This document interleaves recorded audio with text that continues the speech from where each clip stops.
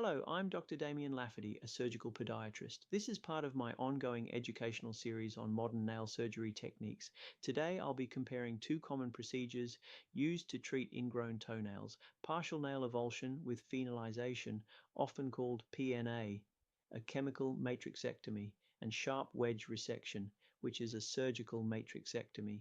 Both procedures aim to relieve pain and prevent nail regrowth. However, they differ significantly in their technique, recovery, and long-term outcomes. I'll be upfront. I personally prefer PNA. I perform multiple PNAs every week, but fewer than 10 wedge resections per year. I'll explain why shortly. This is only my personal opinion. Many skilled practitioners use different approaches and achieve excellent results. This series is designed to be educational and to help clinicians avoid the complications I'm often asked to correct. Let's start with partial nail avulsion. This involves removing a narrow strip of nail along the painful edge while leaving the central nail intact. Once the nail border is removed, phenol is applied twice for about 1 minute each time.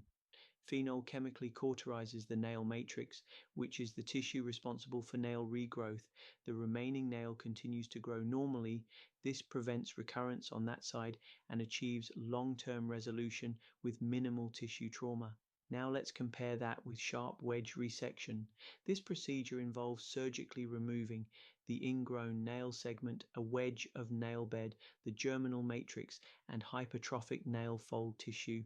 This is done using a scalpel, scissors, and curettage down to the proximal phalanx. It is more invasive and achieves matrix destruction through physical excision rather than chemical ablation.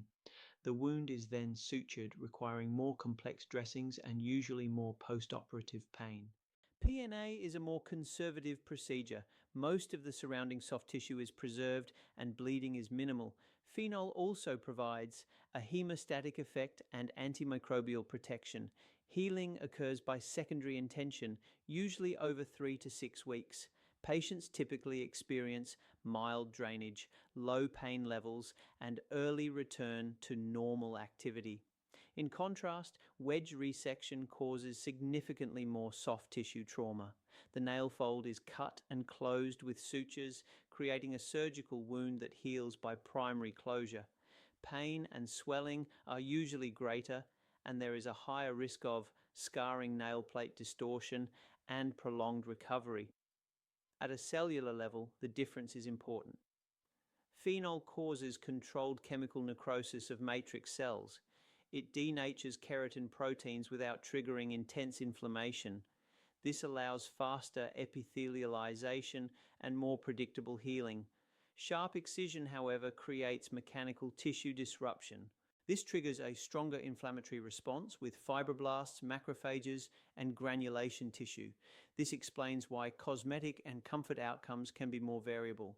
Phenol also has strong antimicrobial properties. Studies report infection rates around 2 to 3%, recurrence rates under 5%. The main drawback is a longer drainage phase lasting several days. Wedge resections, by comparison, have reported recurrence rates of 10 to 20% in some studies. This is often due to incomplete matrix removal. Postoperative pain, bleeding, and infection risk are also higher. In my own practice, I reserve wedge resection for cases with severe permanent tissue hypertrophy. In most situations, I can debulk hypergranulation tissue without formal sharp excision. I'll cover that technique in a future post. After PNA, patients usually walk immediately, return to work quickly, and require simple dressings. Drainage typically settles within 7 to 10 days, with full healing by 3 to 4 weeks. After wedge resection, sutures remain for 10 to 14 days. Activity often needs to be reduced. Elevation is required to control swelling. Dressing changes can be painful, and suture removal, especially in children, can be distressing. In summary, partial nail avulsion with phenolization is a low-pain, reliable, and highly effective treatment for most ingrown toenails. Sharp wedge resection remains valuable for selected, complex, or revisional cases.